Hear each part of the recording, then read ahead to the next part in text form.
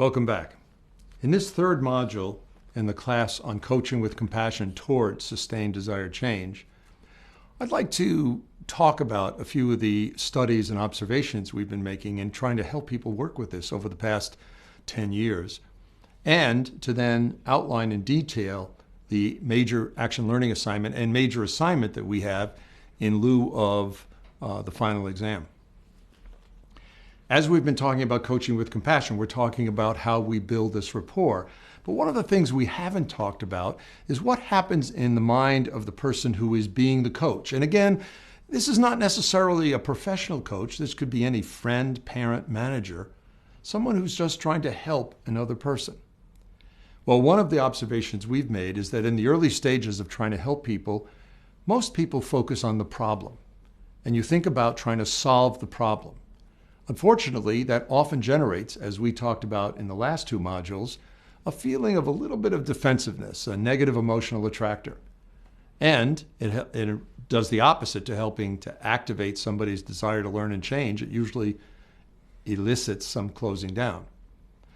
After people do more of this coaching and reflecting on it and trying to do better, we find that very often they start to focus on the process. What are we talking about? Are we getting to the right topics?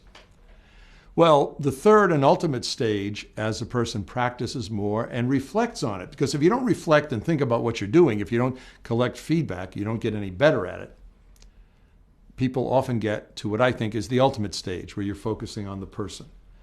Now what you're doing is you're not thinking about the problem, you're not worrying about what you're doing in the process, you're trying to empathize and help and reach out and activate the positive emotional attractor and the negative, but in an appropriate balance, as we were saying in the earlier parts of this class. At least 3 to 6 to 1 ratio of positive to negative. One of the doctoral students here did in her qualifying research and is now showing in her doctoral dissertation, Ellen Van Oosten, that coaches' measures or indicators, outcomes, if you will, of effective coaching were evidence that they would garner that they have touched and reached a person in terms of their personal vision, in terms of their ideal self. They've helped a person frame and engage it. And then some aspects of whether or not they've helped a person engage with who they are, how they're coming across, with their strengths and their weaknesses. And the third indicator or outcome of effective coaching is the quality of the relationship. Is the relationship between the coach and the person being coached developing as a resonant relationship? Because if it isn't, there isn't much sustainability in it. Now, just a word about how coaching differs from mentoring. My various colleagues, and certainly the person who has written the most about this, the esteemed Professor Kathy Cram from Boston University, and Belrose Raggins in particular, have edited a fantastic handbook on mentoring. They often see coaching as a subset of mentoring. I personally think of it the other way around. I think that all of us experience and try to help others. Again, whether as parents, friends, spouses, partners, managers, leaders, clerics, teachers. But mentoring seems to be, to me, a situation in which you're trying to help someone in which there is some degree of a status difference or experience difference. They make the distinction, Kathy Cram and Belrose Raggins, that mentoring can be looked at in terms of its instrumental properties. Are you opening a door? Are you introducing somebody to a network? Or in terms of the building of the social-emotional relationship.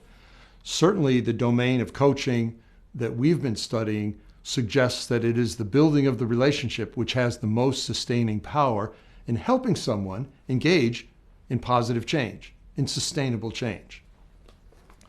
One of the things James Burris of the Hay Group and I did was a study in the 80s, which was published not too long ago, talking about the competencies of effective coaches. In this case, they were peer coaches helping people with substance abuse problems. And we found that the competencies that predicted whether or not these folks with the substance abuse problems got better ratings when they were back at work were 3 competencies. One was the degree to which the peer coach was demonstrating emotional self-awareness. Could he or she go inside of their feelings and identify what's going on? The second competency was empathy. Could they genuinely tune into the other person? And third was pattern recognition, was a cognitive competency. Could they make sense of seemingly unrelated data in the person's pattern and ability? Well, these are the things that come together and help us. Back to a piece of neurological work. I'd mentioned in an earlier module the work of Jean Dossetti, Don Batson, and others, but in particular, they have published between them quite a few articles looking at the neurological difference between two forms of empathy. They claim there is a form of empathy, which makes a lot of sense to me, that starts in the medial prefrontal cortex, in which you're engaging somebody else through a reflection of yourself. You're understanding the other person by going inside of yourself. In a sense, how would I be feeling if I were in their shoes? They actually label this as a more self-centered version of empathy. The other version of empathy that they documented happens further back in the brain's networks, but actually in a part of the default mode network, the social network that I mentioned earlier. And this is the part centered around the posterior cingulate cortex, in which the person genuinely opens themselves up to the other person, in which the person actually is focused on the other. And it ends up being a very powerful, a much more genuine form of empathy.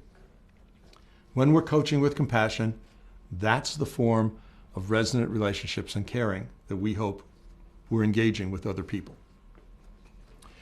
Well, now we come to the action learning assignment, but for this class, the action learning assignment is more involved, and this will constitute a major assignment. I'm going to ask you to go out and try to coach two people with compassion. So over the next week, I'd like you to identify two people in your environment, friends, colleagues. Probably stay away from subordinates if you have them, but it could be.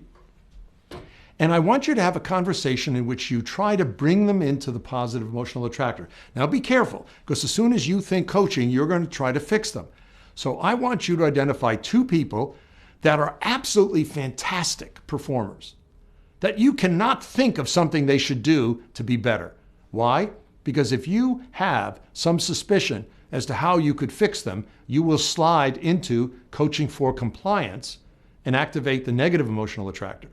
So this assignment is not really to coach them in general, it's just to do the first part.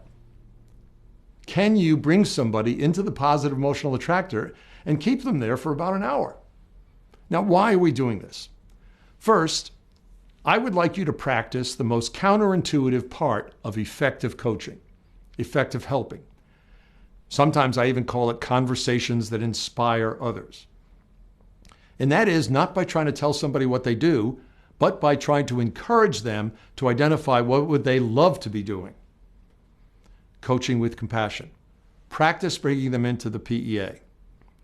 Secondly, I would like you to use this as a way to write up these two cases that you've done as an essay without using people's names or any identifiers, and talk about what happened during the session as a way to see if you are able to analyze them in terms of the concepts we've been using in this course.